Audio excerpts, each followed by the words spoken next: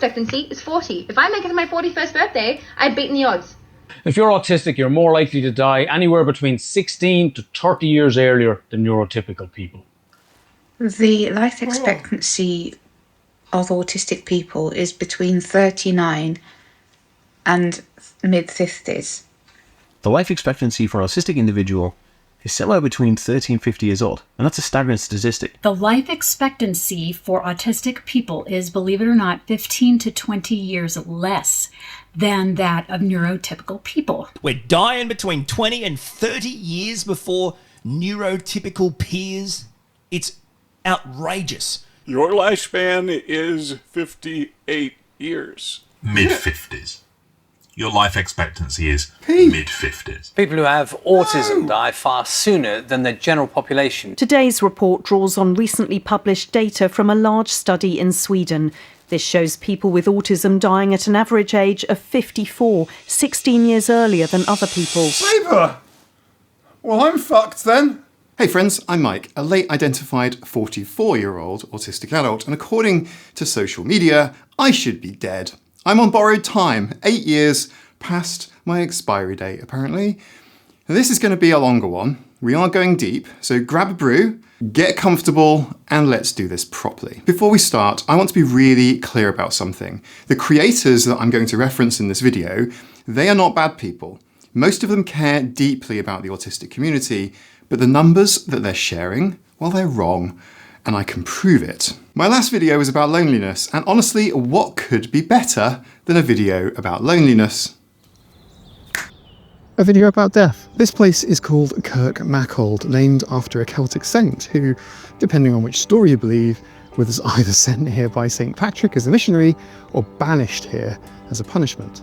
Either way, he washed up on this headland in the 5th century, and people have been burying their dead here ever since. There are over 200 carved stone crosses on the Isle of Man, the largest collection of Norse crosses outside of Scandinavia. Over 1,000 years old. Some early Christian, some Celtic, and some Viking. And these inscriptions, well, they are the earliest written records on the Isle of Man. Oh, this is good. This is runic script on top, and the first few letters of the Ogham alphabet on the bottom. This is Ogham. How cool is that? I didn't know that was there. It's very cool. It's very, very cool indeed. Before these, nothing was written down here. Well, at least that survived to modern day. Everything was spoken, sung, or lost. This one is Crux Guriat. It's enormous. I mean, I'm 5'11" and it's as tall as I am. And it's one of the only crosses on the island still sitting in its original socket, anchored exactly how somebody placed it over 1,000 years ago. The inscription, I think I'll show you an image of that, make it nice and clear, tells you who it was for. It was for someone called Guriat, just a little name and a stone. I mean, I probably really badly mispronounced the name of one of Ragnar Lothbrok's lost mates. Maybe one of the Norwegian autistic hats can help me out with the pronunciation. Manx National Heritage have now laser scanned all 210 crosses in the entire collection, and you can explore every one of them in 3D on SketchLab from anywhere in the world. But standing here in front of the real thing with thousands of years of weather on the stone, well, it hits differently. It's a bit weird to be able to touch these historical artifacts without those white museum gloves that curators use. Anyway, let me show you something cool. Come over here. Look at these beautiful, amazing runes here. Oh, and check this out. Look at that. This is not part of the original design. Do you know what that is? That is a Viking longship. First-hand evidence of what these ships actually looked like. And it's carved into a stone cross on a churchyard on a small island in the Irish Sea. This is not part of the original cross, by the way, is graffiti, 1,000-year-old graffiti. It is amazing and kind of metal, you know? Anyway, check this one. Check out this. This one is incredible. This is a slab from a cross. The top is missing. Originally found in a wall in a house just down the road, circa AD 1150. Someone must have thought it was a pretty decorative block and just used it as a brick. But look what survived. On this side, you can see a figure hurling a bolt at an otter. I'll put some better images of this very stone on screen. The otter's eating a salmon that it snatched from the pool below. Quick aside for nerds, in the Norse saga, that figure, just down here, that figure is Loki. Yeah, that Loki. Except this isn't Marvel, this is 1150 AD. And the act of killing the otter, well, it kicks off a chain of events involving a cursed gold, a dragon, and a hero called Sigurd. On the other side, there is pure Scandinavian lacing, this interlacing pattern. Broad and narrow bands in these sort of figures of 8 that have been popularised on people's tattoos all over the world. This cross, by the way, is entirely Norse. As someone who lives between two worlds every single day, and you know where I'm going with this, the autistic world and the neurotypical one, I find this whole place ridiculously relatable. Norse sagas with no Christian symbols, standing next to Christian and Celtic crosses, in the same shelter on the same headland. Two completely different ways of looking and seeing the world, sharing the same ground without any judgment or drama. People have been recording who they loved and who they lost on this headland for 1500 years or more. People have been dying here for a very long time. And here I am at 44 years of age and apparently well past the advertised life expectancy that is claimed for autistic people. And we will get to those numbers in this video. But first, there's something that you absolutely have to see to put everything into context. You know how people say that medieval peasants only lived to about 30 years of age? That's because child mortality dragged the average age down massively. If half your children die before the age of 5, then your average age at death stat, that just craters, even if every adult who survives childhood lives on to be 65 or 70. Let me make this concrete. 10 babies die at age 1. 10 adults die at age 70. Your average age at death is 35.5. But nobody in that sample lived to 35. Not one person. It's a mathematically correct number that describes absolutely nobody.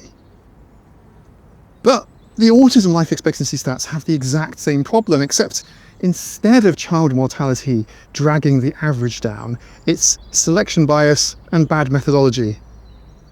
Well, actually, it's more than that. It's some pretty bad reporting, but we'll get to it. The journalism is coming. Just wait for it. Wait for it.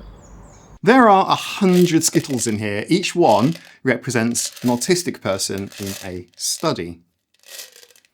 Okay. These are the ones who died during the study. Very sad. But the researchers calculated the average age of these ones. Would you describe the whole tin just by the ones that you took out? Because that's what every headline did. Yes, there are actually 100 skittles in here. Saber helped me count them all. I'll post a silly behind-the-scenes proof on Patreon. But no, I didn't sort them by colour order or line them up. Let's do this properly. If you've seen any video or TikTok about autism and life expectancy, you have probably heard the number 36. It gets thrown around like gospel. But where does it actually come from? In 2017, two researchers called Guan and Li published a study in the Journal of Autism and Developmental Disorders. They looked at US death certificates, every single one filed between 1999 and 2014. That's roughly 39.5 million deaths. Out of those 39.5 million, they found exactly 1,367 where autism appeared anywhere on the death certificate. And the mean age at death for those 1,367 people was 36.2 years. Now, if you're paying close attention, that sounds like autistic people die at 36. And that is exactly what the internet decided that it meant. This is the bit that everyone skips. That is not what the study found. What Guan and Li actually calculated was the average age at death among the tiny fraction of people who died and happened to have autism written on their death certificate. Now, let me say this again because it matters. They didn't study living autistic people. They didn't track anyone over time. They didn't calculate life expectancy at all. They looked at death certificates, and here's the kicker. A 2026 study in JAMA Pediatrics found that only 11% of autistic people who die ever get autism recorded on their death certificate. 11%. So Guan and Li's sample of 1,367 isn't a representative slice of autistic deaths. If anything, it's just a tip of an iceberg, but it's massively skewed towards people who died young, in care, with autism as a prominent feature of their medical file. So when someone tells you autistic people die at 36, what they're actually telling you is this, is that among 11% of autistic deaths that get coded as autistic on a US death certificate, the average age was 36. That is a very different sentence. It means something completely different, and it is not your life expectancy. Remember the graveyard? It's the same problem. You can't describe the living by studying a biased sample of the dead. If 36 years is dodgy, what about 54 years? Because that's the other number that I've heard a lot. Autistic people have a life expectancy of 54. It sounds more plausible, doesn't it? It's kind of nicer. We're moving in the right direction. It's even got a more credible source. In 2016, researchers published a big study using the Swedish National Registry. Now, they tracked 27,122 autistic people over a 20-year period. Now, this is real data. Swedish registries are some of the best in the world. During that 20-year window, 706 of those 27,122 people died. That's 2.6%. And the mean age at death among those 706 was approximately 54. 2.6%. Let that land for a second. Out of 27,122 people, 26,416 of them were still alive when the study ended. The researchers calculated the average age of the 706 who died, not the life expectancy of the 26,416 people who didn't. Back to this. It's this again. Same thing, tiny little sample. We're looking at these ones. It's that, except in Sweden, and with 27,000 people this time. It's like taking out 2 or 3 from that tin of 100, averaging the colour of the Skittles, and then declaring that the entire tin is orange. That's what's happened. That paper does contain genuinely important findings. When they split the data by whether someone had an intellectual disability or not, the group without one showed I'm going to have to say unaliving in this video. You know what I mean. YouTube doesn't like the S word. The unaliving odds ratio of about 9.4 times the general population. Now that is a real and devastating number, and we're going to come back to it later on because it matters enormously. But life expectancy of 54? No, that was never what the paper said. The paper said, among the small minority who died during our study, the average age was 54. The internet just drops all nuance and just runs with it. Well, first of all, how can it be that the autistic life expectancy is so much lower than the average? I think, the average life expectancy in the UK is in, late 70s. We're talking 20 years. 20 years difference. That's huge. The other question is, how come this isn't a bloody scandal? How come this isn't headline news that a sizable minority of the population, 1 in 25, 1 in 30 people at least, have a life expectancy that's severely curtailed? 17 years. That's the difference. Autistic people on average have a life expectancy 17 years shorter than the general population. This shows people with autism dying at an average age of 54, 16 years earlier than other people. Our life expectancy is 40. If I make it to my 41st birthday, I'd beaten the odds. And honestly, I don't blame the individual creators. I mean, the BBC should know better. Autism Speaks should know better.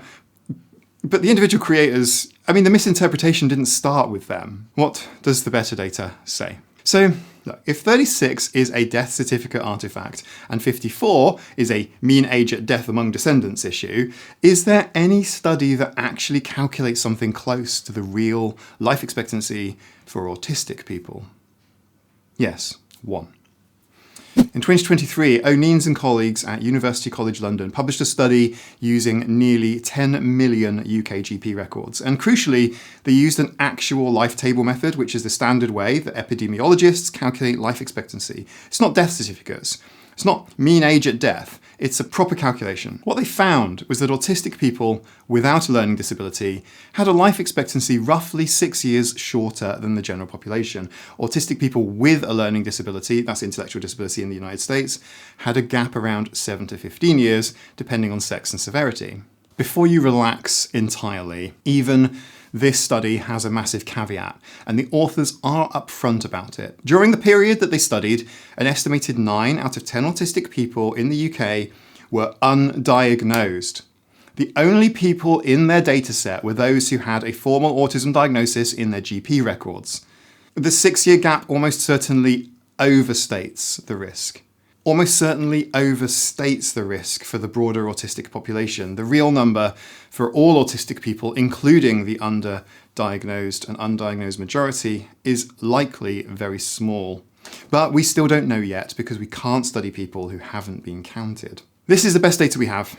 It's not perfect, but it's a world away from dead by 36, and it tells us something that the other studies couldn't. The gap is real, it's meaningful, and it's closable. 6 years is not a death sentence, which is the worst case there. 6 years is a policy problem. Policy problems have solutions. Gets even more interesting here, because you might be thinking, so Mike, if the studies don't say what everyone claims, how did we get here? How did mean age at death among 2.6% of a Swedish cohort become autistic life expectancy is 54 on TikTok? Great question. And there's a paper about that. There's actually a paper about that effect. In 2025, a paper in JAMA Network Open specifically studied how the findings had been cited in subsequent literature, media, and policy documents. And what they found was a chain of misinterpretation that started in academia and ends on your phone. Step 1, the study, which publishes mean age at death, perfectly accurate. Step 2, I'm sorry, Autistica. It's a UK autism charity, and they put out a press release and shifted the language to life expectancy. Step 3, the BBC picks up the press release from Autistica and trusts it. They run a headline, "People with autism die younger, warn charity." The article says that the average age of death is 54, and that is 16 years earlier than the general population. No methodological caveats, no mention that 97.4% of that cohort was still alive. Step 4. The Australian Senate Committee on Autism cites the BBC article in a 2022 government report. Now it's an official government document. Step 5. TikTok and YouTube creators cite the Australian government report, the BBC article, or the Autistica press release, and now it's a fact. But at no point in that whole chain did Hirvikoski's team claim that they'd calculated life expectancy. Everyone downstream just decided that's what it meant.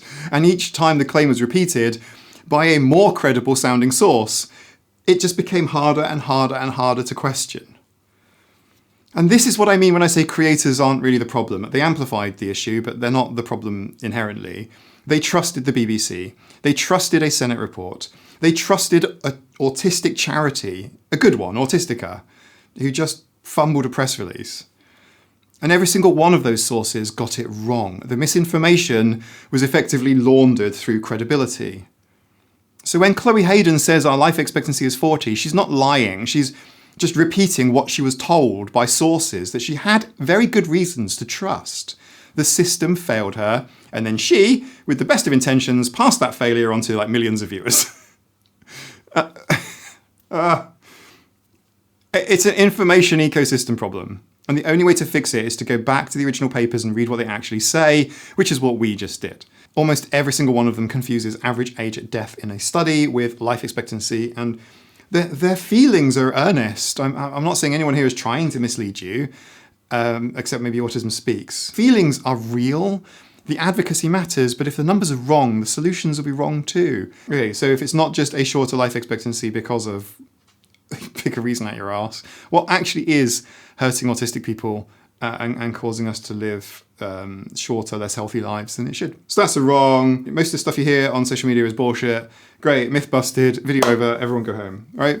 Except no, because the feelings behind those stats, the motivation to talk about them on social media, what's causing those people to pick up phones or film themselves, that feeling is not wrong. That motivation is not wrong. Autistic people are dying earlier than they should. The gap is real. It's just not as big or for the reasons that TikTok thinks. And this matters because if your takeaway from those viral clips is autism kills you at 36, you'll spend the rest of your energy being afraid instead of pulling the levers that actually exist. So let's talk about what's actually going on. I need to talk about this carefully, and I'm going to use the word unaliving throughout because YouTube's algorithm has opinions about the other word, and I'd quite like people to actually see this video. So remember the Swedish study, right?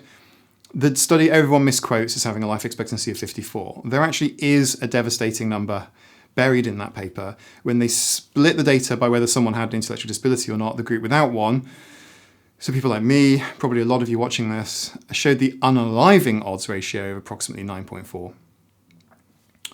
versus the general population. That is a crisis, and it's not hard to understand why when you think about it. Late diagnosis or no diagnosis at all means years, sometimes decades, of knowing something's different about you, but having fuck all framework to understand it. You mask and you burn out and you hit a wall that no one around you can see, and the support systems that exist, they just weren't built for brains like ours.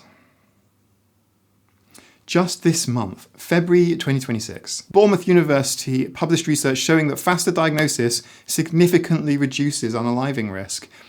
Think about that for a second. The single most protective thing we could do is find people sooner and tell them who they are. Not therapy, it's not medication, it's not early interventions, it is absolutely not ABA. It's recognition and identity. You're autistic, here's what that means. You're not broken. I've been in dark places, and I know a lot of us have. Crisis lines require phone calls, which, if you've seen my video on why I hate phone calls, you know basically asking an autistic person in crisis to do the one thing they find really difficult. Like, it's not everyone, but you know where I'm going with this. Text-based crisis support does exist, and it should be the default, not the afterthought. And if any of this is landing hard right now, I need you to hear me. Don't deal with it alone. There is a link to crisis organisations in your area in the description below. Some of them accept text messages. Use them if you need them. Okay, next study I want to bring up.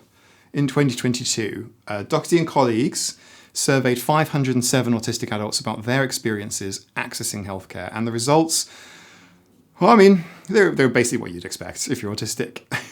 Yeah, if you're new here, hi. This is going to be shocking for you. So the number one barrier, framed under the umbrella of not feeling understood, but it's more than that, right? It's not cost, it's not geography, it's not availability, it's just doctors who don't get it. And it goes deeper than that. Telephone-only booking systems, when many of us would rather walk barefoot on Lego bricks than make a phone call. Waiting rooms with fluorescent lights, horrible background music, 15 strangers coughing next to you, and being told that your chest pain is probably just anxiety because you're autistic, and apparently everything we experience is just anxiety. All of that stuff I've just talked about there, right? That's diagnostic overshadowing, by the way.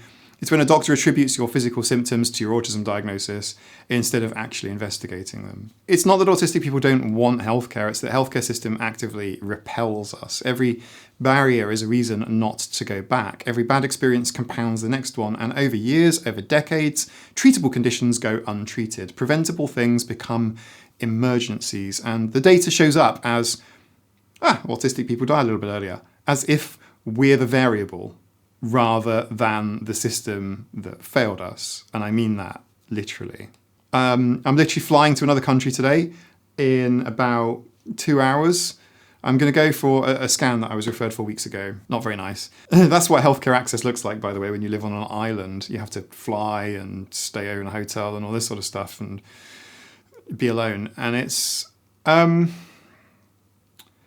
privilege. I'm actually lucky that I can do that. Plenty of disabled people everywhere simply can't. The 2009 study, the good one, with 10 million GP records, found that much of the life expectancy gap was driven by treatable conditions. Heart disease, diabetes, respiratory illness, things that don't kill you if someone catches them early, lifestyle factors that you can work on, right?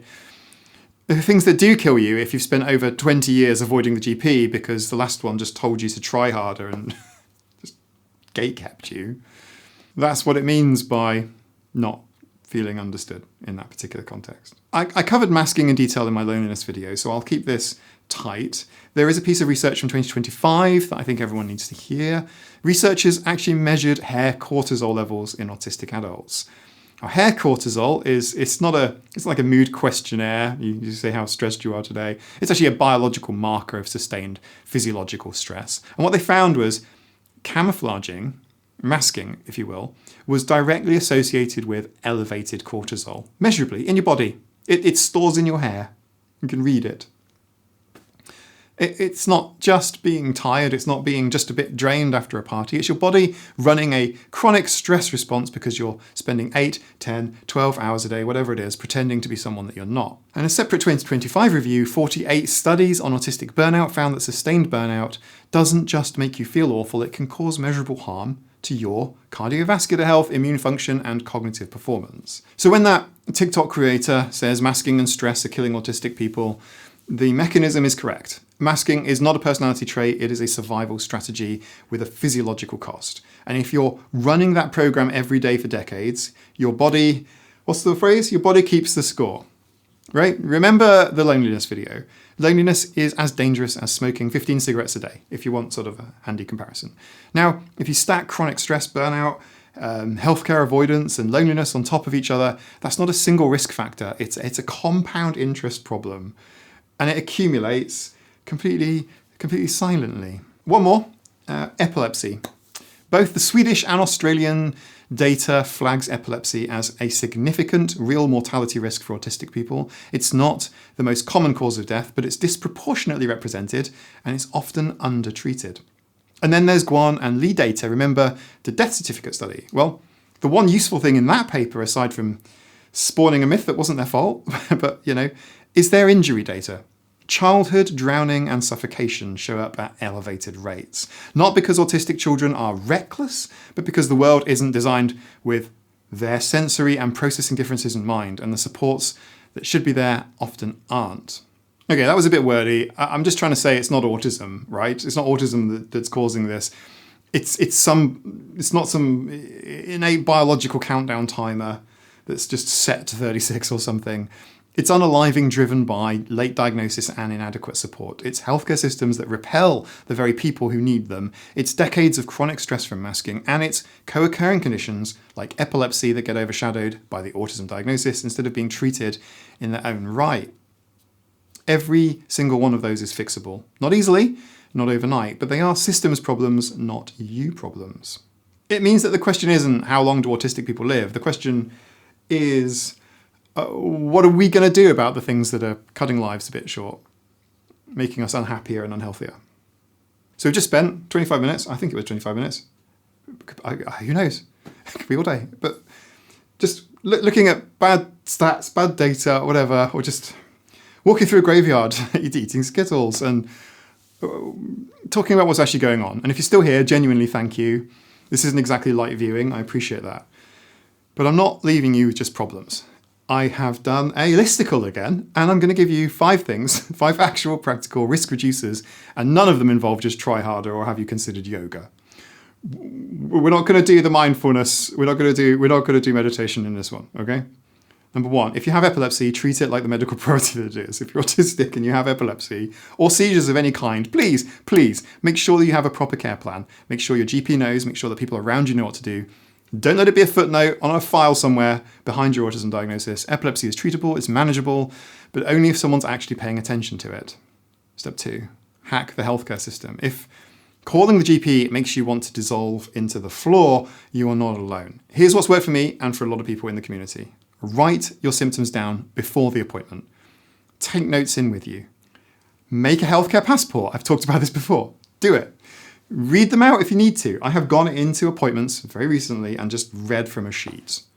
Okay. And if I have to do that, and I've been working on my communication skills intensely for years, there's nothing wrong with it, okay?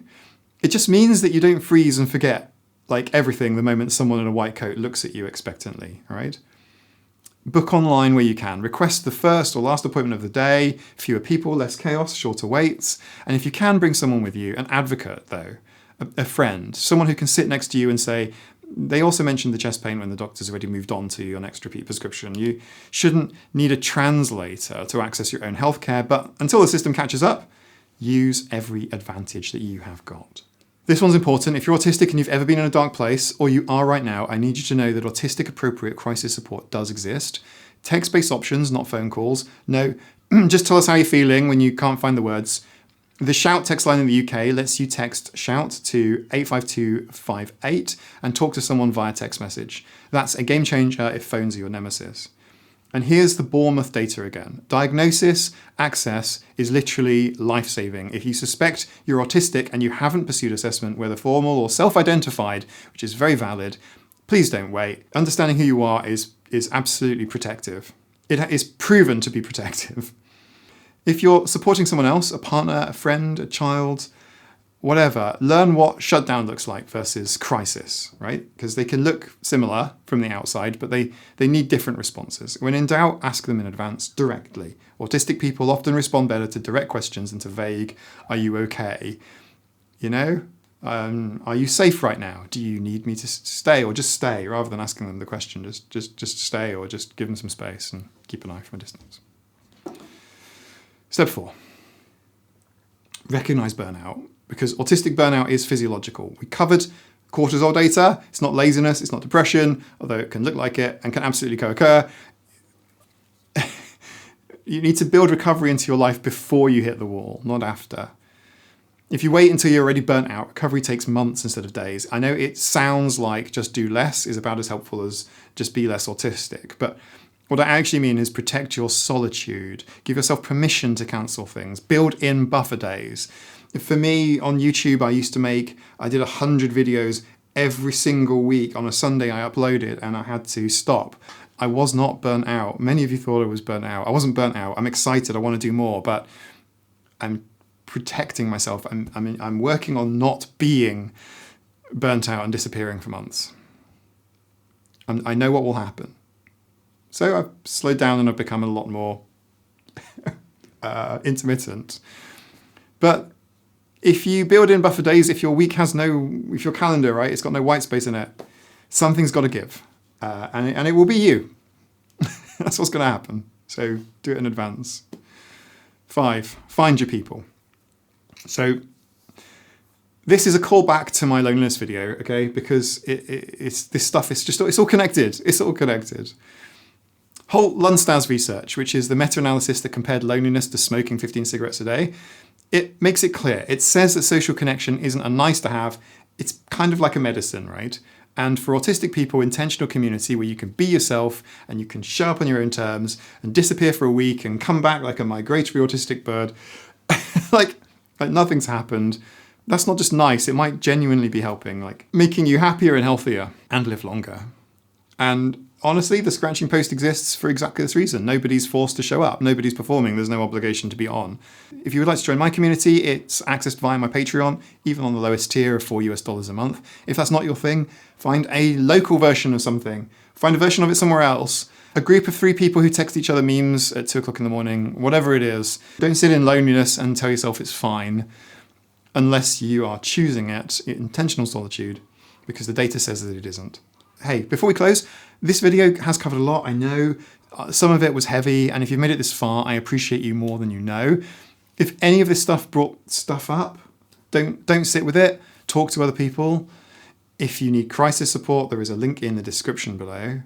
Maybe we'll do some memes next time. Maybe we'll do some memes. In fact, actually, if you want a palate cleanser, I've linked to my memes video playlist in the description below. So I will see you on Tuesday, statistically speaking. I will probably still be there. If the videos helped you understand the numbers, my loneliness video goes deeper into why connection matters and how to build it. And if you want the bigger picture on why autistic people struggle in neurotypical environments, the environment video, which is also linked, will explain that. Both are linked, okay? Everything I mentioned is linked in the description below. Thank you so much for being here. I really mean that. I'll see you soon. Bye for now.